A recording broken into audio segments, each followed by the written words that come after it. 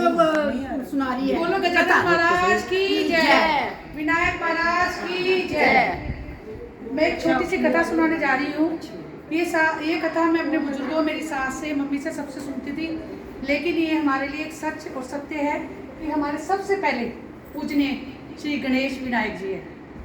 गणेश जी आपको पता शरारती तो है ही। एक दिन ऊपर बैठे बैठे उनको शरारत सूझी क्यों ना मेरे को ये वरदान तो मिला सबसे पहले मुझे पूजा जाए, लेकिन मैं जाके देखूँ तो सही कोई मेरी महिमा को पहचानता है नहीं पहचानता। धरती पर आते हैं, बालक रूप ले लेते हैं, बालक रूप लेके एक चमची में दूध और चुटकी में चावल ले लेते हैं और सारे गांव में घूमते, कोई मेरी खीर बना दो, कोई माँ मेरी खीर बना दो, कोई माँ मेरी। लोग देखते हैं, कहते हैं ये बालक पागल हो गया है, चमची में दूध और चुटकी में चावल लेकर घूम रहा है, कह रहा खीर बना दो, खीर बना दो।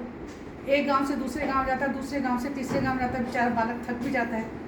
थकते थकते वो एक गांव पहुंचते हैं। गांव में गणपति महाराज एक गांव में पहुंचते, गांव में एक बुढ़िया बेचारी थकी हारी बैठती है, निर्धन ब्राह्मण की होती है। वो कहती है चलो, हम दादी नानी की आदत होती है ना कि बच्चा जिद कर रहा है तो हम पूरी कर देते हैं। वो कहती ला बालक तेरे कोई भी खीर नहीं बना रहा, चमची में दूध और चुटकी में चावल ले ला, मैं ही बना देती हूँ। बोले लो बूढ़ी माँ आप बना दो। मंदिर से भगोना लेने जाती है तो कहते हैं, गणपति महाराज कहते हैं कि माँ जो सबसे बड़ा बर्तन होना आपके घर में वो लाना।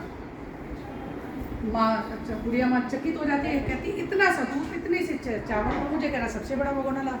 वो माँ सबसे बड़ा बर्तन ले आती है, माँ लाती है। जैसे ही गणेश जी उसमें डालने लगते दूध और चावल, वो बर्तन भरता रहता भरता रहता भरता रहता। बोलो गणेश जी महाराज की जय।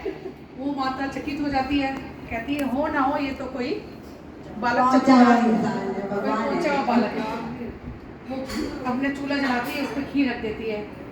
खीर जैसे ही चूल्हे में चढ़ती है, धीरे धीरे धीरे उसकी इतनी महक हो जाती है क्योंकि हमारा प्रसाद अपने आप ही स्वाद हो जाता है।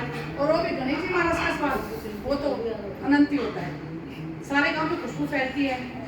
वो कहते हैं पता नहीं कहाँ बुढ़िया ने क्या बना रही है जो इतनी खुशबू आ रही है। तो गणेश जी का माता कहती है कि हे गणेशा, तूने जो बर्तन दिया है इसमें तो खीर बढ़ती जा रही है, बढ़ती जा रही है, बढ़ती जा रही है। अब इतनी सारी खीर खिलाएंगे किसको? क्योंकि हम तो 3 जन, एक मैं हैं और एक मेरी बहू और एक तू। कह रहे ऐसे कर माँ, पूरे गांव में जाके न्योता देगा।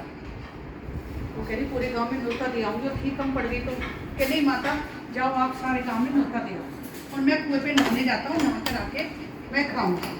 बोलो गणेश जी महाराज की जय। बूढ़ी माँ अपनी बहू को बुलाती है और कहती है देख मैं सारे गांव को न्योता देने जाती हूँ और तू खीर देखती रह, वो खीर को हिलाती रहना नहीं तो चिपक ना जाएगी।